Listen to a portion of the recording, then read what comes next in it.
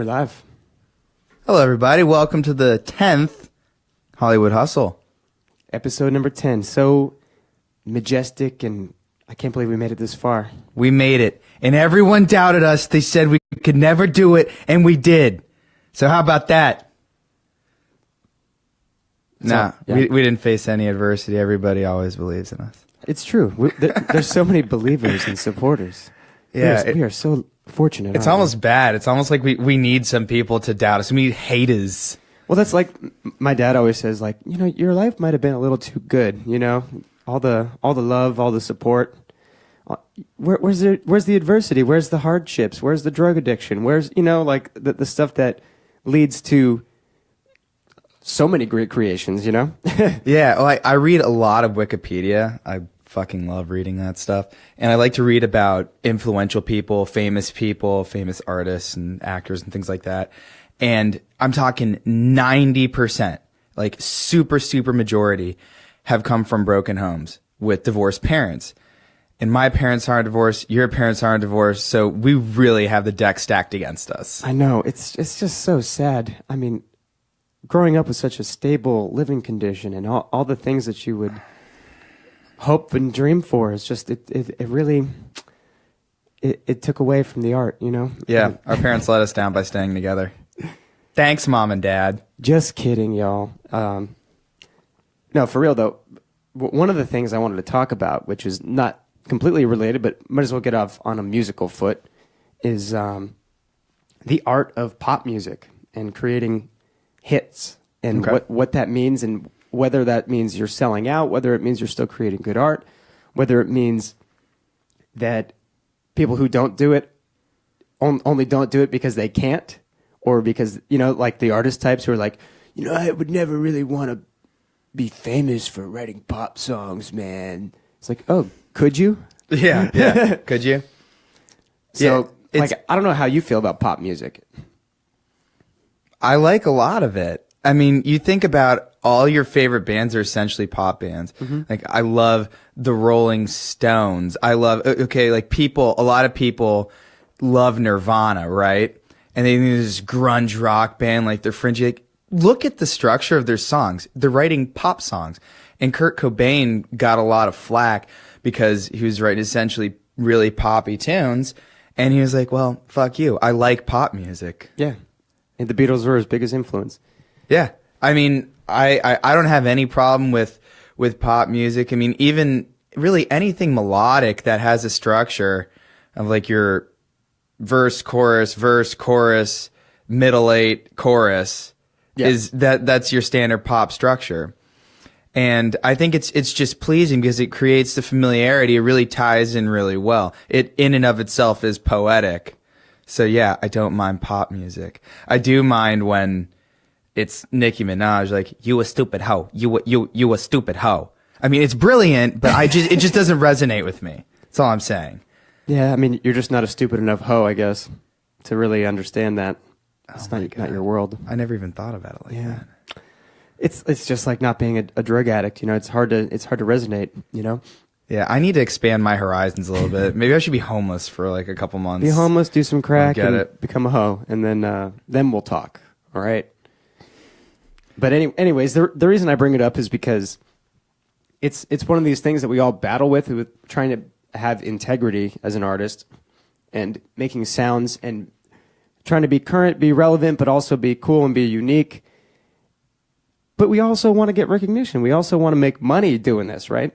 Yeah. So I've watched so many interviews of like pop greats, like John Mayer is like the quintessential pop great because he's completely mastered the art of compromise, where you still lay down tracks that you enjoy and love, right? And the tones are great, so much attention to the detail in the production, but it's pop music, and to be able to do that and combine the styles and to still create great pop music, I think that's an incredible art that gets overlooked by a lot of people who want to either write you off as a shallow pop person who doesn't understand what it means to create great art, Or the other side of the token, like you just go too deep on the artsy side and you never make a song that resonates with anybody because you're just too caught up in trying to be cool, you know?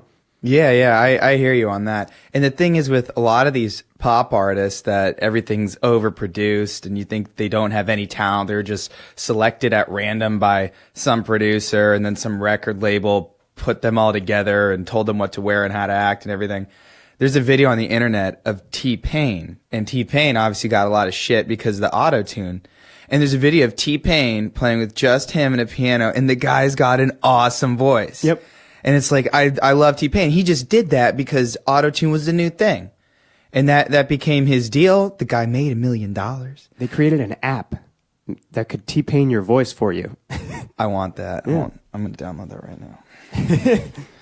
And yeah, I mean, and like with John Mayer, yeah, I mean, the guy's done a good job. I mean, he's a marketing genius. I think he's as good at marketing, if not better, than he is as a musician, because he's somehow got this appeal where everyone from like every chick our age, every millennial girl has a huge crush on him.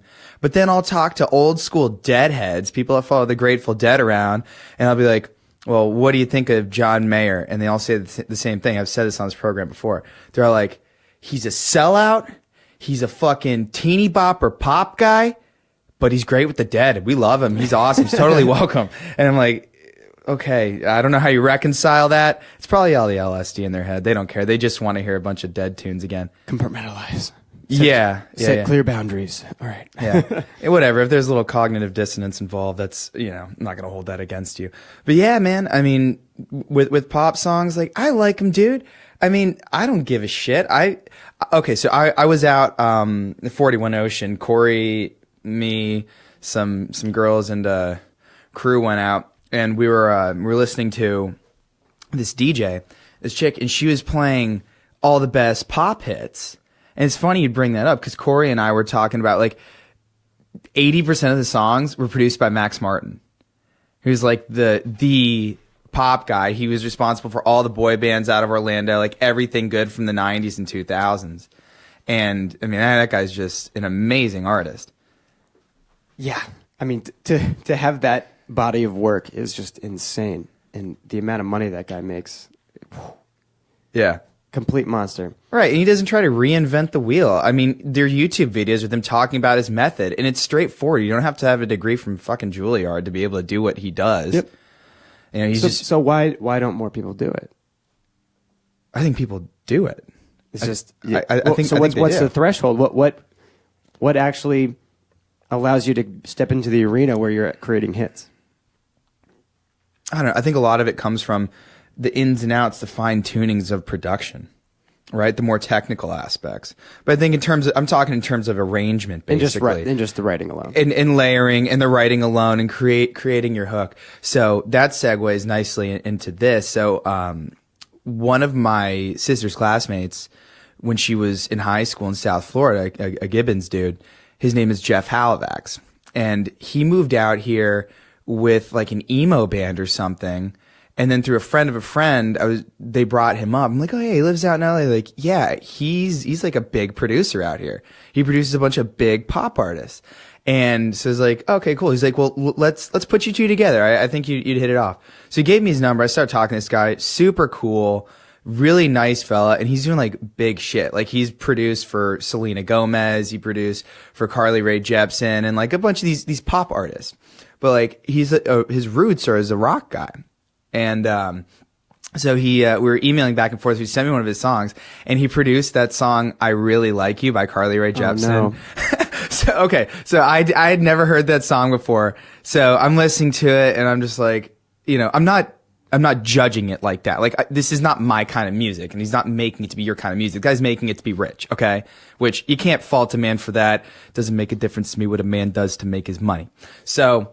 Anyway, so I'm listening to it, and then the chorus comes on, and I'm just like, and for those of you that don't know it, it literally goes, I really, really, really, really, really, really like you. Yeah. And then I was like, oh my God. And then it hit me. It hit me like a diamond bullet through my forehead. My God. the genius of that. The genius of that. Because he's playing into the psychology. It's fucking deep, man. Like, he's playing into the psychology of all these people that are going to listen to this. And he knows they don't want to hear anything deep or philosophical or poetic. They just want the hyper-produced, sugary, sweet, easy to remember, stuck in your head hook. Yep. That's what they want. And like, this guy nailed it with that song. Delivered. I hate the song because it's not meant for me. But yeah, his work on it is pristine. Hell yeah. Well, we've talked about this a lot on the program, just about people's desire to use music or whatever form of entertainment that they're consuming as a way to tune out rather than tune in. Yeah. You know, and that's been my issue with pop for a while, and I'm learning to respect it more because there's so many figures in pop that I'm actually like impressed by these days, like Charlie Puth, for example. Worst name in the world. Yeah. Change your name, bro. Jesus. You hear his first couple singles. You're like, songs are pretty good. His voice is okay. You're like, what? I'm like, how did pop choose this guy? You know, who's paying for all the marketing? Who's making this happen? This makes no sense. He's not good looking. Like, I don't get it, right? Yeah, he's average in every single possible field. Except when you find out that he's writing all the songs and producing everything, and he does it, it's a one-man thing. That's it. And then you listen again, and you're like, holy shit, this guy is a freak talent. Like, to be able to write that level of song, produce that level of track, sing on it, and deliver it live too. Like, the guy, I was a huge hater. And this is something that plays into so much of art, is when you know what the artist does or how they got there or how involved they are, or as soon as you know more about the person, it gives you an opportunity to actually like them, even if you didn't initially. You know what I'm saying? Yeah. Oh, of course. Absolutely. The story is so important. Yeah, for sure. And there are a lot of artists like, Skrillex, for example. I mean, that guy gets so much shit from everybody, but I watched this interview with him, and he's like the nicest, most respectful kid who came from humble beginnings, who put his time in touring with, I think he was with an emo band, and like, 2 years touring the US, and like literally paid his dues, went through the minor leagues, and then he started doing his thing. And I mean, that guy's got his own brand of music, no doubt. There's nobody that has sounded like him before, and many imitators after him. And I was just impressed with what a nice, respectful, well-spoken dude he was. I really liked him. Honestly, I expected him to be some degenerate, idiot with a hole in his brain from a bunch of MDMA, just talking down. Yeah. Like I heard this sounds like, just saying like stupid shit like that. But no, he's very well spoken. Yep. I mean, he's an artist. So I'm like, he's cool with me. I'm not going to hate somebody because I don't like the music. And then I started to like his music more as a result. Isn't that funny though? Yeah, that is funny. And that's what's so incredible about this current landscape that we have, is the fact that you and I are giving ourselves to an audience right now. We're giving ourselves to all of you. Yes. In a very lewd way. No, but for real, I mean, and that's the opportunity for people who are, like, you don't have to just completely rock people's worlds with the music itself. You can create a great product, and then there's the product of you, which you have to share and get out there, and which kind of segues into something else that I wanted to talk to you about, which is social media, pros, cons, what it's doing to people, what it's done to you, how you use it, do you not use it, is there a balance, is it all bad? Give me something on it right now. I have never used and will never use social media. Lies. We're on it right now. Lies. Okay, so I have mixed feelings about this, which I think is why you brought it up as a topic. So there's a fine-tuned balance with social media that I think needs to be reached. So I like Instagram. Ironically, I don't really like Facebook. And Facebook is dying, and it's dying very, very quickly. And because it's becoming a little bit more than just a way for people to get in touch with each other and share the occasional status. Facebook Live was a good thing. I mean, I dig that, but I think Facebook is on its way out. A lot of people really don't like Mark Zuckerberg because he's like a crazy globalist. I mean, I have a lot of negative things to say about that guy, but Instagram's cool, but it's just like, here's the deal with social media. A lot of people utilize it to make you believe that they live this life that they don't actually live. And people get caught up in that. I mean, if you are at a restaurant and just look around you, look when a waiter brings down a plate of food, and look, every girl does the same thing. Reaches in her purse, takes her phones out, takes a picture of the meal. Or like you go to a concert, right? And everyone's just filming it on their phone. Or like I remember Louis C.K. had a bit about his kid's ballet recital, and every parent is watching it through their phone. It's like, you're never going to watch that again. But they just, people just want to post that up on social media so that people they don't like think that they live a life they don't actually live. But now somebody like you, that's an artist, you utilize it in the way that I think they meant for it to be utilized in the first place. And it's free or very inexpensive marketing and promotion that you can utilize to achieve a goal. I think it's a completely noble use. So again, it can be a very powerful thing. And it's just how you use it. 100%. And you're definitely right that people, it's such a way to create an image that isn't real, and people do that on just, you see it with all the chicks who do the duck face, ass out, just to get likes, and the whole followers game. How many followers do you have? And everybody's trying to, it's like this social equity, right? It's this new currency that we kind of rate each other on. And it does suck. However, I think the pros outweigh the cons. For the ability for entrepreneurs to get their shit out there, for artists, for ideas. Granted, there's a lot of shitty ideas out there, but they're out there, and they can be shut down or they can be propagated by other idiots. But as long as it remains kind of this open, free situation, people are going to degenerate with it. People are going to use it for ill purposes. People are going to waste way too much time on it. But then there's people who are going to actually be able to create a business or something because of it that would never stand a chance otherwise.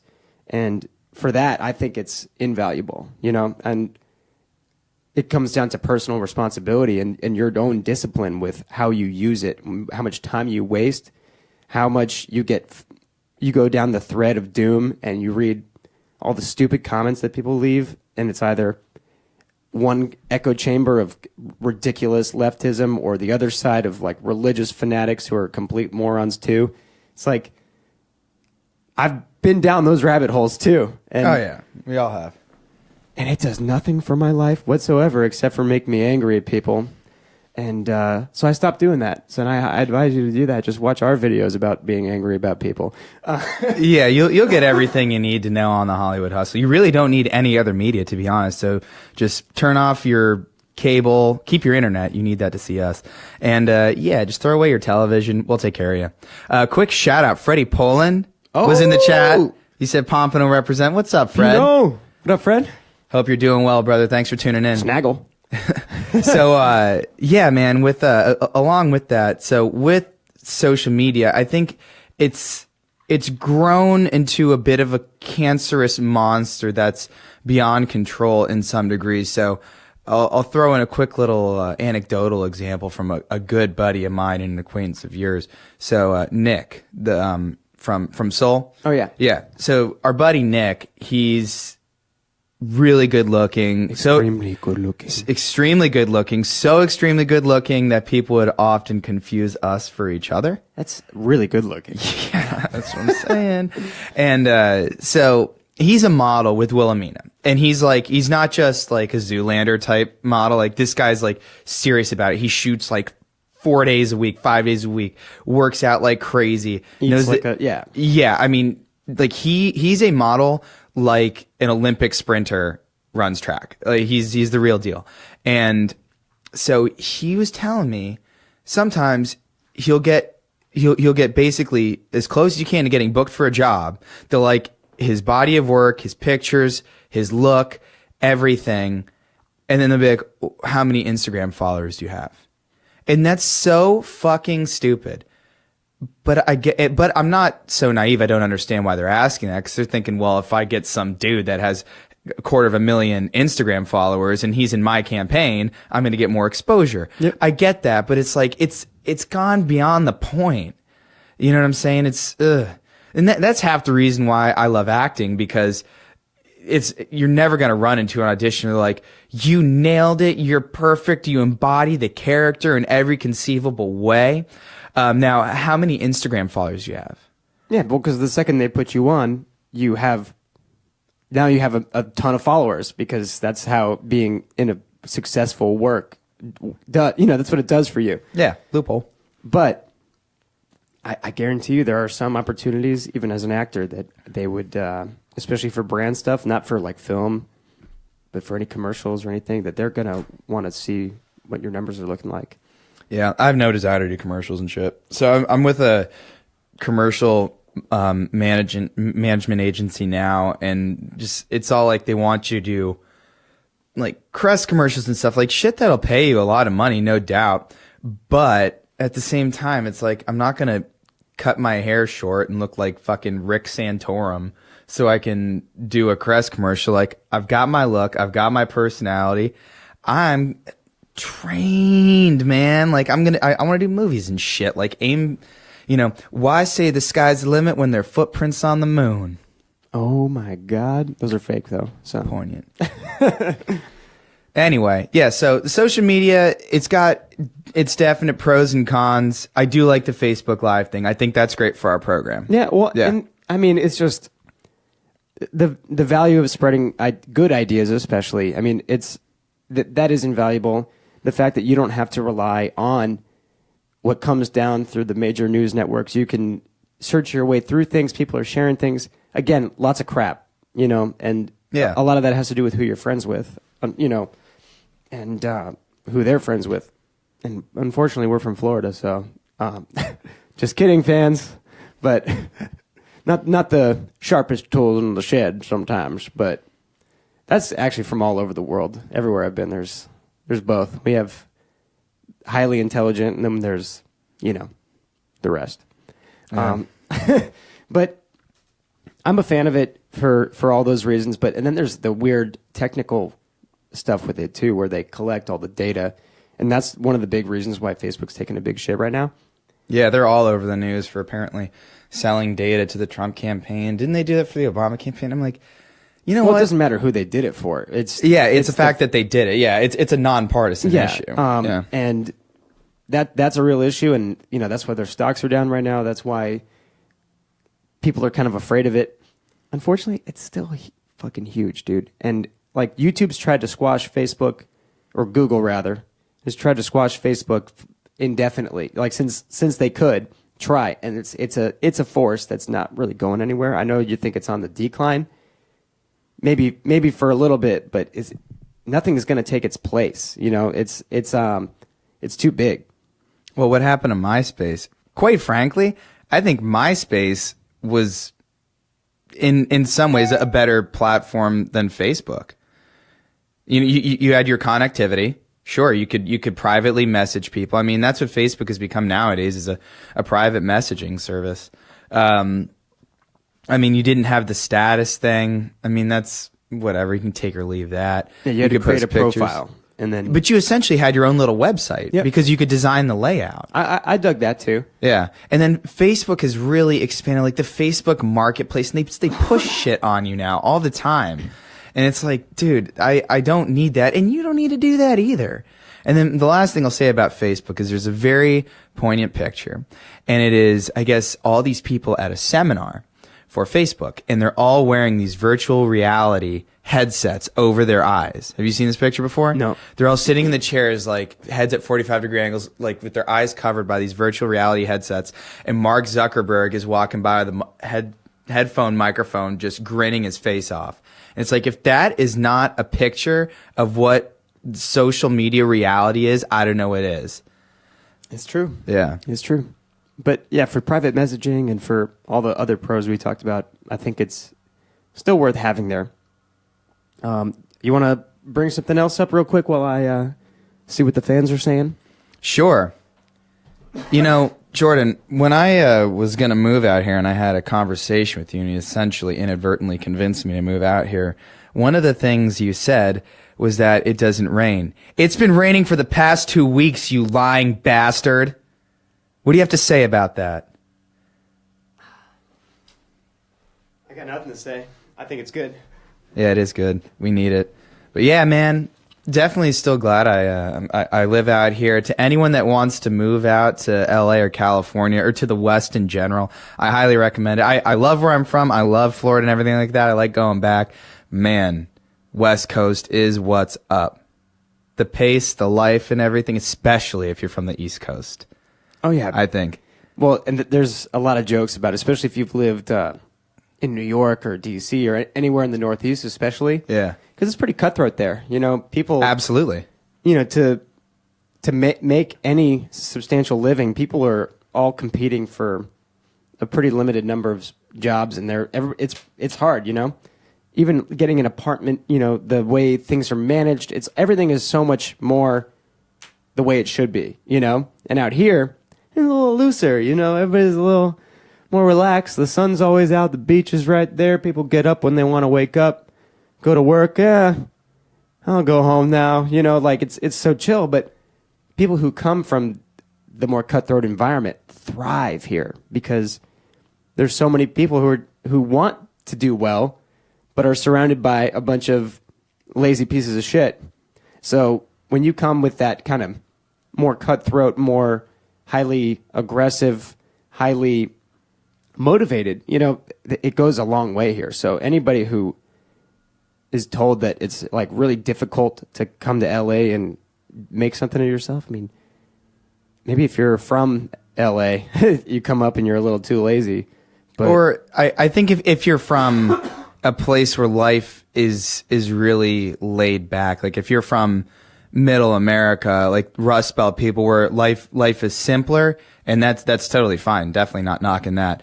But in terms of your lifestyle and the way that you're used to people reacting to you and talking to you and at times trying to manipulate you, like, dude, we're from South Florida, and I think in the recent years it's gotten a reputation as kind of really as a crazy place, like snakes, alligators, and crazy motherfuckers. Yep.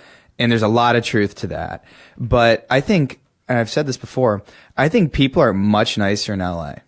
Yeah, 100%. People are much nicer, even in the entertainment and modeling industry. Like, I remember when I would go to casting in Miami for a commercial, they would just say no to you right on the spot, and it's like, okay, get out. Like, okay. And just drive back home, like, all right. And but here, just be like, thank you, we'll let you know. Which, you know, that's a no, but that's so polite. And people hate that. And I'm all for that. Because the answer is the same. Why not go through with a little bit less pain and suffering, you know? Like And I think people out here know that there's a revolving door of people here. Like, chances are if you're a casting director and you're an actor, you're going to run into each other at some point, either in another casting or out one night or on set or something like that. You're going to run into each other. So it behooves you to be civil. You don't have to necessarily be nice, but don't trash somebody for no reason. Like, oh, New York was rough, man. I remember I went into this model management agency in New York. It's called Red Models. And, they're one of the top 25 in the world, and that was intense. That was really intense. So there was this old, like, fat slob of a guy who was telling me, he's like, we really like you, but I need your teeth 10 shades whiter. I need you to lose 25 pounds. I want you to get skinny like an addict, skinny like an addict. And I'm like, what the fuck? No, you don't like me because you're telling me to fundamentally change everything about me. Like, what does that even mean? 10 shades whiter on my teeth. What the fuck does that even mean? And I have white teeth. See? 50 Shades too gray, son. Just proved it to our audience. But anyway, I mean, that would never happen out in LA. I mean, people are just a lot more chill. And yeah, I mean, dude, this is where it's at. I'm a fan, man. It'd be hard to peace out at this point. Like, yeah, it's the pace, the people, the general interactions, which we've talked about on the program before. But man, I'm in. You sold me, Callie. You sold me the first time I came out here. Even me and my dad came like 7 years ago, and it was like, yeah, this is it. Like, nice. Whatever I got to do to come out here, like this is it. Yeah, I couldn't imagine living anywhere else now either. Like, you know, when I make my millions, I'd like to have certain places around the world and stuff like that. But I think I always want to be essentially based out of Southern California, you know, this general area. Yeah, it's too nice, man. Yeah, it's way too nice. And you know, if you're into entertainment and stuff like that, the lifestyle out here is great, and you meet all kinds of legitimately creative people. Like, I can't tell you, in South Florida, as a musician, if someone's like, oh yeah, you know, I play guitar, you're like, okay, you probably don't. Yeah. But out here, you're like, you're probably very good. I can't wait to see you play. Yep. And I've seen so many incredibly talented people out here. Not to say there aren't plenty of wankers, plenty, and people that are illegitimate, but I mean, as far as the really talented people go, it's cool. And then people are down to create. Really, like when I was working with my scene partner in class for our scene we had to run on Tuesday. I mean, I thought I would be kind of just taking the lead the whole time and setting up all the times to meet up and work.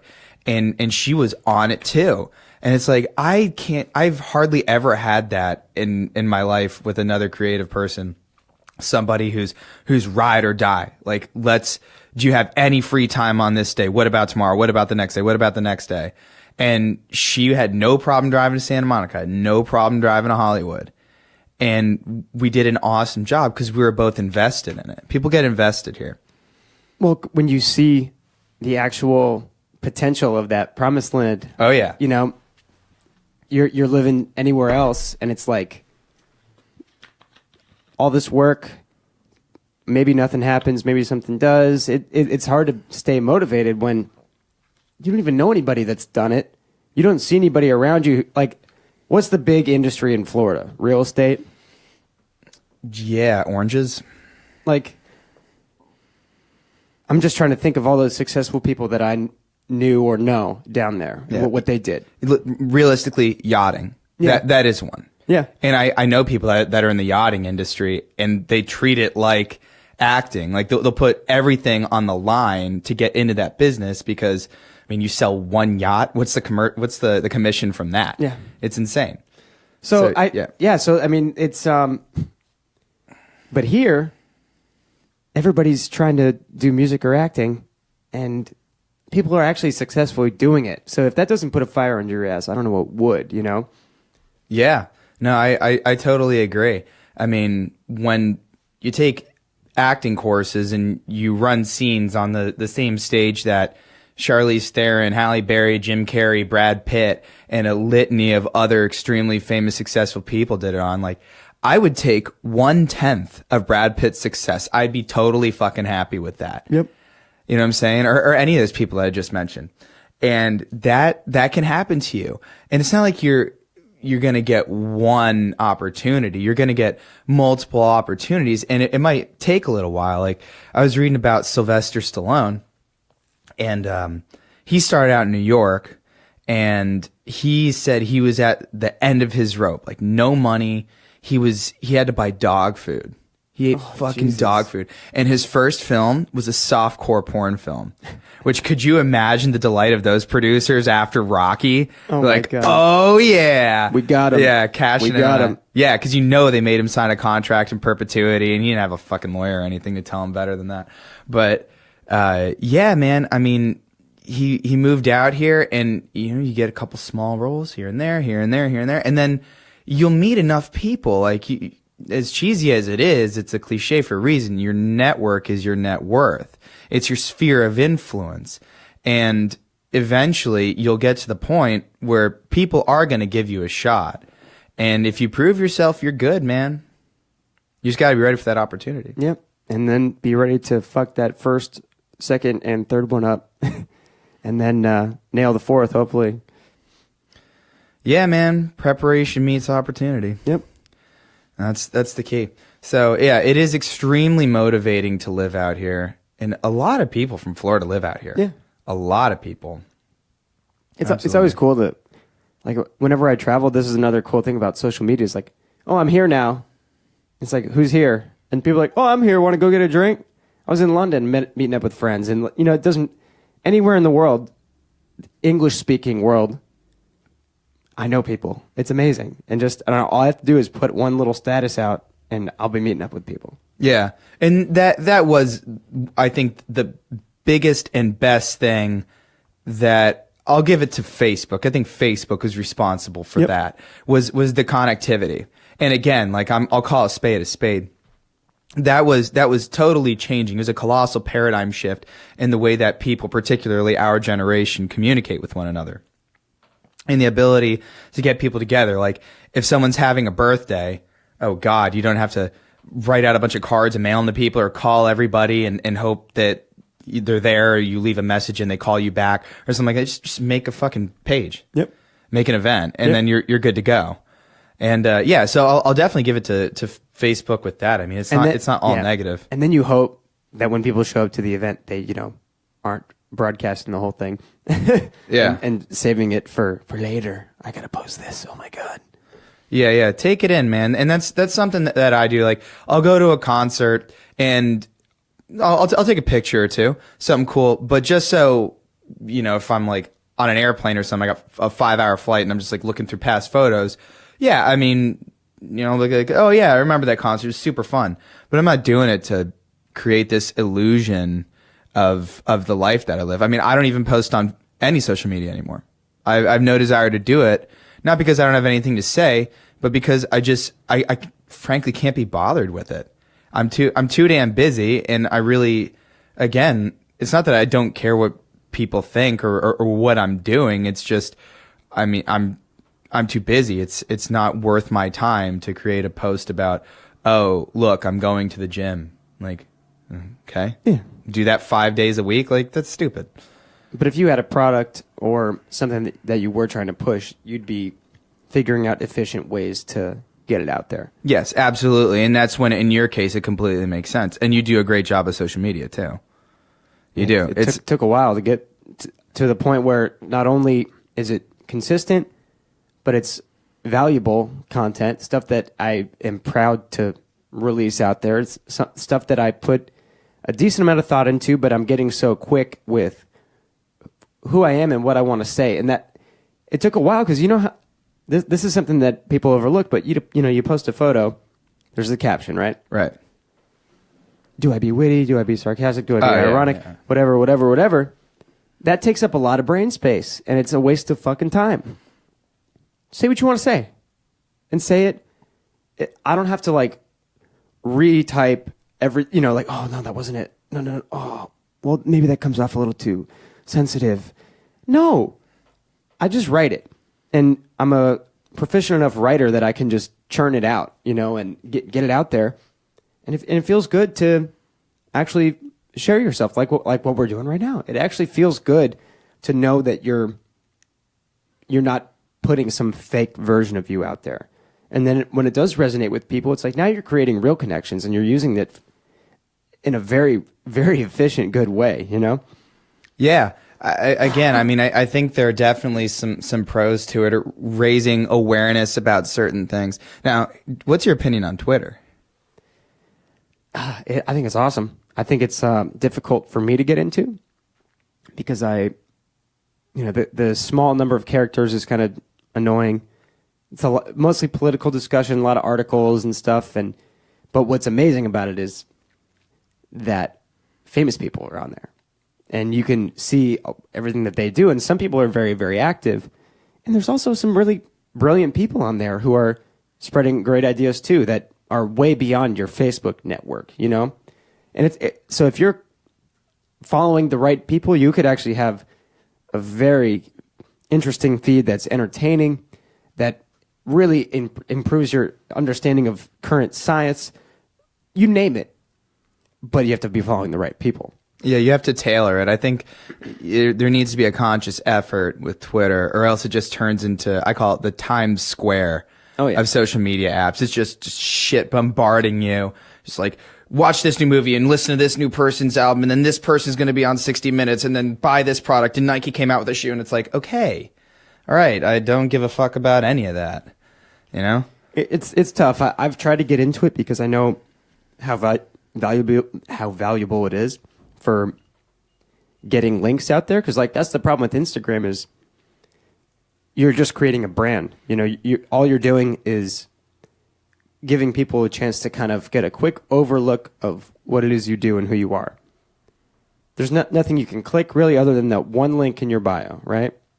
So you're not able to share specific content. And then the second you move on from something that you posted, now that link is no longer available. So it's not really meant for selling or for getting you to specific pages or products. It's meant for people to just understand what it is you do. And then they got to find you on either Facebook or Twitter to find clickable links or go to your website or however people track people down, you know? But it's that's the value of Twitter is you can post a status with a photo and the link is right there. You can click, boom, boom, boom. You know, it's clean like that. Yeah, it's very direct. Well, they do have that on Instagram. Like they're, you know, it's usually some kind of clothing or shoe product. Yeah, sponsored links. It'll take you directly to their website to buy it. But yeah, your average person can't do it unless you throw them some money. Yep. Yeah. But I often wonder, what would the average good-looking millennial girl's life be like if Instagram was shut down? Would they be in the streets with pitchforks? Would they just be taking pictures of their butt in a mirror doing a duck face and just sending it off into the ether just because it's just a part of their daily routine now? I don't know, man. I think it'd be better because... Yeah, I mean... And then on top of that, you know, they get DM'd by every thirsty guy the world over. And it's like, okay, yeah, you live in LA and some dude from Nebraska was like, oh yeah, mommy, you got a fine ass, or some stupid shit like that. And then they all let it go to their heads. Of course. And it's absurd. It's a chemical drip in the brain, you know, and it's, I don't think it's healthy. I don't think it's realistic. And I think it's allowing a lot of women to not be accountable for trying to create actual decent careers for themselves. And it's kind of like, not that guys don't do it too, but it's so much easier for women to get that validation and that recognition online because there's so many more thirsty guys, you know? Well, that's a nice segue into the next thing. What do you think about dating apps, Tinder, Bumble, things like that? Very good question. My experience is pretty limited. I was on Bumble didn't exist. This was a long time ago. Yeah, you were pre-Bumble. You've been locked up. Yeah, and in a good way. Good way. It was good. I met some great people. You know, some people who I still talk to. Some very interesting ladies. But I'm looking for interesting. I'm not looking for just how great their ass looks, right? Especially on there because you have to talk, you know, and figure each other out. And anybody who, especially, it's high volume, right? Unlike a bar where you've got the, you know, realistically, how many chicks are you going to approach in one night at a bar? 5. You can get matched with 10, 20, 30 in a day, right? And it's open for conversation. So you have to, you know, create a different, everybody's trying to stand out in this world of like constant bombardment, right? And then your looks are obviously a huge part of it, but then what you say is huge. So I met some cool people. There was a lot of shitty dates, a lot of talk about time sucking. you can be on there because it never ends. Just like that's where you start drooling and you're just like, you don't even know where you are. And that's a complete waste. And I think people who rely on the dating apps are doing themselves a huge disservice, because the value of getting out there in the world and potentially meeting somebody in a real life scenario is way better for you for your psyche, you know? Yeah. And getting the real time, you know, you have a chance, especially as a guy, to show how funny you are, to show how strong you are in your personality. Whereas online, it doesn't really come through, you know? And the guys who are, say, average looking, but with great personalities, are not going to do well on a dating app, you know? No, not at all. And that's the thing. I think a lot of guys, and this has always happened probably for good reason, a lot of guys have anxiety of going up to a random girl that they are physically attracted to and talking to them.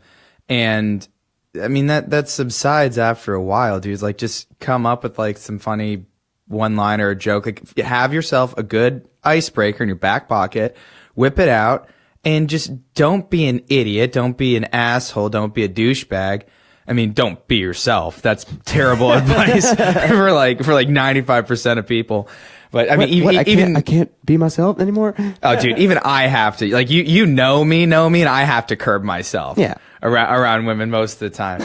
But, yeah, I mean, I think that it's invaluable as a guy to learn that skill. And like, you know what women like is men that are assertive. Like, it's not a good place to start a relationship is, we both swiped right. And then he said he liked that picture when I was wearing that bikini when I was in Laos. And you go from there, and then we met up for drinks, and like, that's so stupid. Like, you're going to say that if you get married? Like, good God. That's so boring.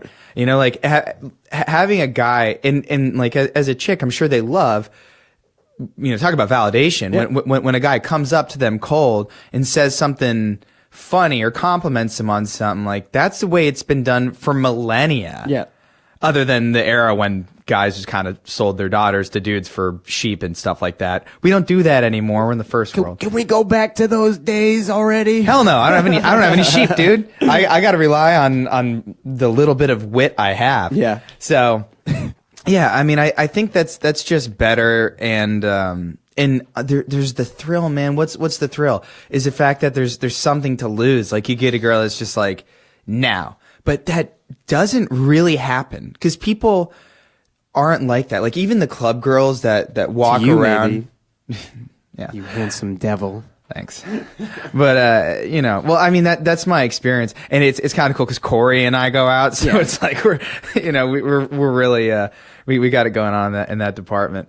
But yeah, I mean, even girls that seem like really aloof and high maintenance and stuff, I mean, they're people too. Like, they like to laugh. They like to talk about interesting stuff. I mean, and they're intelligent in different ways. And the way that I find that most attractive women are intelligent is in how they pick up on subcommunication.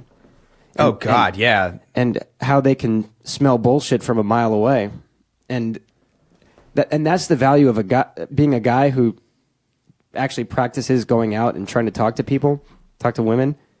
The value of being good at that and working on it is you have to work out a lot of inner shit. You know, you have to become somebody who actually, when you go say hi to somebody, all the subcommunications are correct, and you've worked out all the inner bullshit in yourself, so that these fine ladies don't look at you and are like, it doesn't add up. Why is he talking to me? You know, why what gives him the right to think that I would want to talk to him? And it all comes down to the way you carry yourself, you know? Yeah. And I mean, you know, a lot of guys, again, like, you have to take care of yourself. Like, if you see this girl that you really like and you really want, I mean, what makes you think that you're deserving of something that you hold up that high if you don't take care of yourself? Yep. If you don't put yourself out there, nothing ventured, nothing gained. So just go and talk to talk to this chick, like, but go to the gym, take care of yourself, get a job and make some money. Read some books. Yeah, read some books. You develop a personality, some interests. I mean, and that's the thing. Like people, they whine like, oh, feminism is killing, the family and all this stuff. Like, sure, whatever. But I think a lot of problem with that. I think feminism is a response to guys not being men. Yep.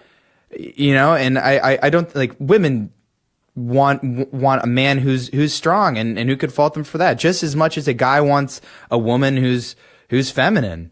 Yeah, nurturing and nurturing, yeah, maternal and yeah, and all that stuff. I mean, you're not going to break 4,000 years of evolution doing that. I mean, no, and biology is real. Yeah, exactly. Yeah, I definitely agree. And so yeah, I think guys gotta, I don't want to say man up. I hate that fucking phrase, but guys gotta get it together. Yeah, I mean, and that doesn't mean that you can't go out and try before you've got it together, but understand that it all works together. And the more you get yourself together, the more success you'll have in that arena. And the more success you get in that arena, the more you end up putting yourself together. And the value of going out and meeting strangers, especially of the opposite sex, it's extremely valuable. And it teaches you so many social cues, how to act, how to be not just proper, but how to create, what's that? Sorry, trash guy. How to create a person that you are proud to present to the world and get immediate feedback in real time as to whether or not you're doing a good job of that. Yeah, I agree. A quick shout out to, that reminds me, our sponsor for today's show is the Los Angeles Department of Sewage and Sanitation. Oh, yeah. So thanks a lot, guys, for keeping the, everything running smoothly. Because could you imagine what that would be like if we did not have them? Yeah. I don't want to know. No. And they actually syndicate our show every week to all the trucks going around the entire greater Los Angeles area every day. So thanks to that, you guys are awesome. We appreciate We're super relatable to them, too. Yeah, because they can tell stuff that's full of shit. Yep. So. Yeah, they're like, oh, those guys suck balls. Anyway, so a quick thing for Mario. He said he wanted to see my beautiful eyes. Let me take off my glasses. This is from Mario. He was on our show once. He's a drummer extraordinaire. He's really funny. We'll release that podcast episode. I'm really stoked to hear that one. Yeah, it should come out soon. Oh, there we go. Oh, yeah. The angle is weird. I look like I had a lazy eye. I apologize for that. Well, that's because you do. But, nobody's told you that yet. So. No, I don't. Don't start any rumors. Okay. So I think we got all the social media stuff down. Yeah. Oh, yeah, that was a long time coming. One more thing real quick, too, with the online dating. So many negative experiences, lots of the validation trap, lots of blasé, lots of superficial bullshit. I had a couple really positive experiences, too, where, you match up. And this was on, I think it was OkCupid, which actually you have to create a profile, and there's like questions, and it's like you actually find out if you're interested in similar stuff right off the bat. Yeah, it's like eHarmony or something. Kinda. I don't. Dr. Neil Clark Warren. But me and this chick sent a couple messages, and then I could tell it was going to get interesting fast, and I was just like, "Yo, you want to talk?" So called her up. We ended up chatting for 2 or 3 hours, like right there, and it's like, that's an interesting person who we had so much to talk about, and then we met up, and it was like so fun, because it's like, wow, we've created a connection already. And what happens is, for most people that I hear talking about it, is it's like the connection is you liked each other's photos, and that's it. And it's like the profile says, I live next to a Whole Foods. It's like, okay, and because everybody's too afraid to actually put themselves out there for real. It's like, if you're under 6 feet, don't talk to me. Like, that's like one of the other things. Like, it's crazy. 6 feet, 6 figures, 6 inches. Oh, at least I got one of those covered. Anyway, I mean, that's just the standard. Anyway, yeah, we can move on from that, but it's interesting, man. And I think some people do find lasting, really worthwhile connections on there, but I think you have to go about it the right way, and you have to be willing to get your feelings hurt a lot.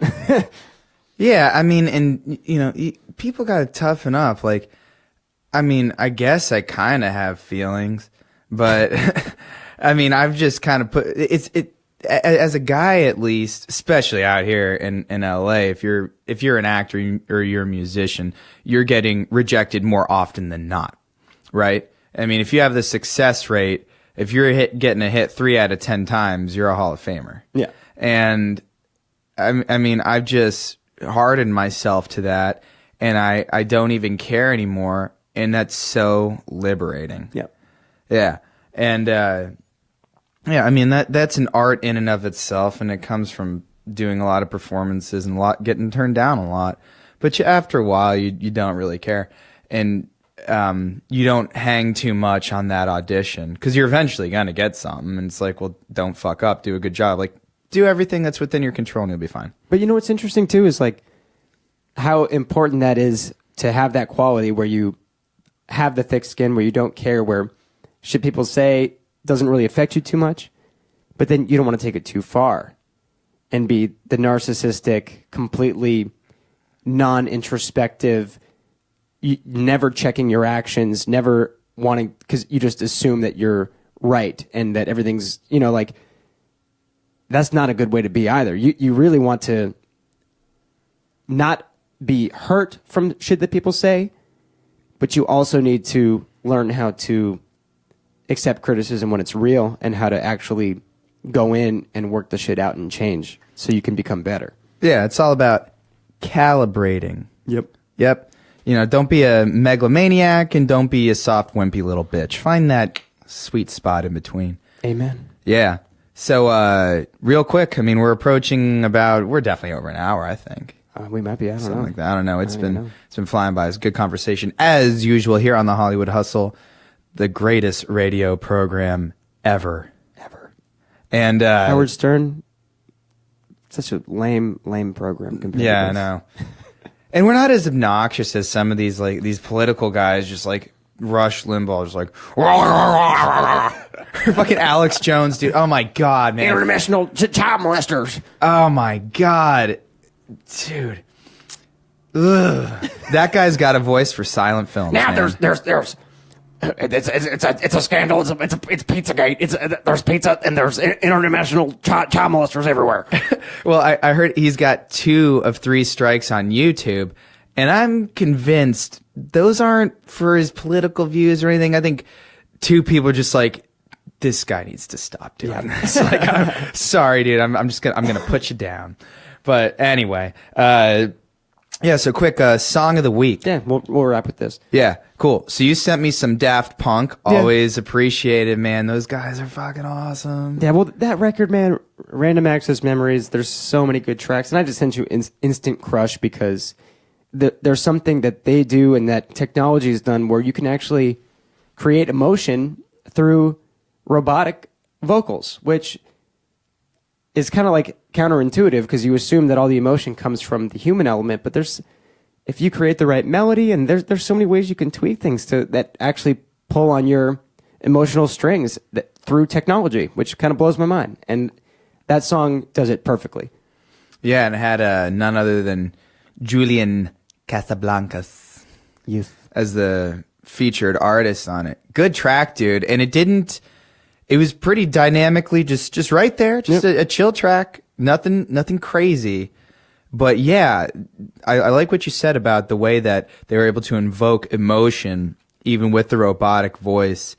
It was awesome. And it was one of those things where the chorus was actually more lyrically dense than the verse. Yeah. Which you don't get that a lot. But that's interesting. And Daft Punk, man, they're awesome. And then another quick marketing genius strategy they did is they'll never have to worry about getting old and looking old because they have the helmets. And they can go to the grocery store. Yeah. And it's brilliant, man. Yeah. No, those guys are great. Truly brilliant. Yep. And then you sent me a Deadmau5 track. What's it called? Faxing Berlin. That's right. And it starts off with a minute and a half of a Yeah. Boots and cats. And I'm like, and it's 8 minutes long, right? So I was like, is he punking me? Was my first thought. Is he going to make me listen to this? I have been known to do that. Is he trying to make me listen to for 8 minutes? But fortunately, for my ears, it starts to build into something really, really cool. And Deadmau5 is a pioneer. You know, I mean, so much of what we listen to now and what people think is cool is because of that dude, you know, and the way he does the sounds. And he was one of the first to really do the like all the hisses and the cool, you know, the auto filters on the operator synths. And the guy he truly is brilliant, and especially for not being a real musician, which is cool. I like how when you hear him talk, he doesn't try to sell himself as a musician at all. Yeah, he's so nonchalant. Yeah, and it's brilliant, man. And the track, you could just put that shit on. You could go for a run. You could chill out. You could smoke a doob. You could be high as fuck on whatever. You could be just driving. Doesn't matter. That song suits so many different things, and that's one of the cool things about instrumental music too. Like vocals sometimes they either require more attention or they make you want to connect to the lyrics more. And then the instrumentals is just right on the vibe. Just right on the vibe, you know? Yeah. Now, he nailed the vibe with that song, too. So that's considered to be the quintessential Deadmau5 track. Thaxing Berlin was his first real hit. And he was in it long before electronic dance music was mainstream. 'Cause it's mainstream pop now. I mean, he's a huge mainstream artist. And I was watching this interview with him, and it sold 200,000 copies, which he at the time considered akin to going like double platinum. And that was on the album Random Album Title, which was, I think, like his first big one. And that album is a masterpiece. Totally awesome. And I remember my buddy Doug DeJong, Lighthouse Point represent, he got me into Deadmau5 at first with that record, and we listened to it all summer. And then we started to get into different guys like Bonobo and Burial and some other EDM artists. And a lot of people don't know this about me because I've ripped EDM for such a long time, but I actually like a lot of it. So just because I trash something doesn't mean I don't like it. Jeez. And but Leave some Deadmau5, room for nuance, people. Come on. yeah. Yeah, but man, Deadmau5 is great, and he's a cool dude, man. I love watching him in interviews because fame has not changed that guy. Like, he's still totally down to earth, and he still makes really good shit. And he's one of those artists where I think everything he makes I like. Yeah, because you know what you're gonna get. He's got his brand down. For me, it gets a little monotonous with the lack of melody, you know. That said, the vibe is fantastic, and all the places I just listed where you could listen to it and it would work. It's amazing. It's just for me personally, I like melody, and he doesn't really venture into the melody world very much, but great producer all around. Yeah, great producer, great live act. Yep. And a huge fan of the show. Yep. I mean, Deadmau5, thanks, dude. You know, you really, we love you too. We love you too. Amen. So, yeah. Well, on that note, I think we should wrap it up. We both got a busy day ahead of us. Yeah, absolutely. I got tons of hustling to do. And anything you want to plug real quick? Myself, I'm Tom. Love me. Yeah, love him. Okay. My record comes out tomorrow. Yeah? Yeah.